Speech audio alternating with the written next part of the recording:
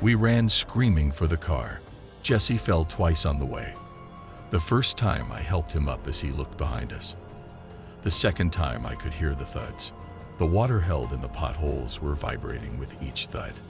Either he would make it to the car or he wouldn't.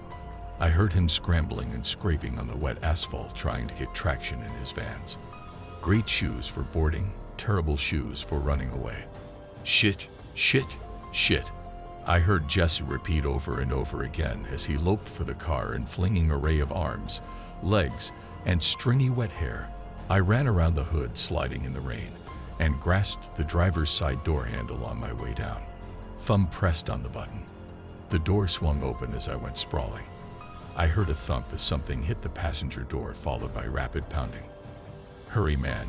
You gotta unlock the door. It's right behind me. I climbed out of the puddle, using the door as support, unlocking the doors as I slid behind the wheel. Jesse quickly got in, slamming the door and repeatedly hitting the lock button. I didn't think locked doors would help us, but you have to give an A for effort. I smashed the ignition button, and the Mustang roared to life. We hydroplaned sideways as I gunned the gas. Jesse was yelling, "Terry, we have to go. It's gaining." I gritted my teeth and hung onto the wheel for all it was worth, spinning the wheel madly to keep us out of a 1/8, where we would face whatever was chasing us. The Mustang peeled and fishtailed, leaving us both screaming, but forward momentum was finally achieved. I never saw what was chasing us. As we pulled out of the empty warehouse parking lot, a distraught screech could be heard. We sped down the street once the Mustang achieved purchase, and my white-knuckled grip on the wheel did not let up. I glanced back in the rearview mirror. I could still feel the thudding footsteps in my bones. I didn't see anything, just rain glistening in streetlights. Nothing was there at all. Just turned around in his seat, looking out the rear window. Shit, we could have died, Terry. Who would have thought the stories were true? Do you think it will follow us? I glanced over at Terry. How the hell should I know? I'm not a monster expert. I didn't even believe the stories. You were the one who thought they might be true. Just slid back in his seat as I turned a corner on 3 wheels. It didn't seem to be following us, or at least I didn't see it leave the parking lot. I think you can slow down now, Terry, and put your seatbelt on if you're going to drive like Steve McQueen. I did another quick glance, thanks for the advice, Mom, and rolled my eyes. We just escaped with our lives, but from what? I let off the gas after we were about a mile or so away and latched my belt. Better. Jesse was wringing out his hair in my floorboard. Yeah, man. We don't want to get pulled over by the cops after all that. I don't think I could do another adrenaline dump tonight. We were both doing that nervous chuckling you do when you recover from a trip before you smack the pavement.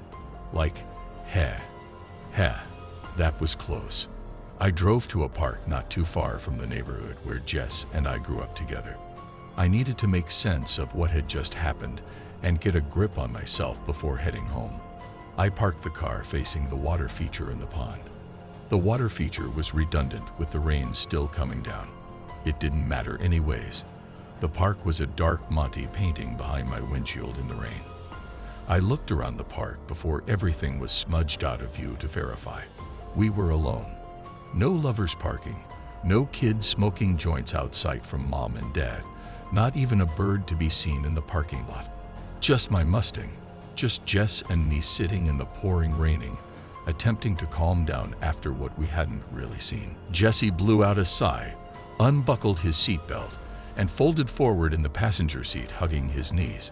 I stared at him as I tried to get a grip on my own scared, addled mind and process what had just happened. He turned his head to look at me through the curtains of his dark hair. That was for real, right? I still had a firm grasp on the wheel. Yeah, at least I know I heard something and I know I felt something. But I didn't see anything. Did you? He sat back in his seat, pulling his hair behind him. I saw something. It was dark and huge, but through the rain, that's all I could see. There was silence for a few moments. Nothing but the patter of the rain on the roof of my car. I looked out into the shadows of the park. I could have sworn I saw something move in the dark gloom, but after a few more moments of nothing, I decided it was my imagination. Terry interrupted my paranoid scanning of the park. Should we tell someone? Like the police or something? Yeah. And what do we tell them, Jesse? My friend and I were trespassing in the old, abandoned warehouse on 36th, and this monster chased us out of there.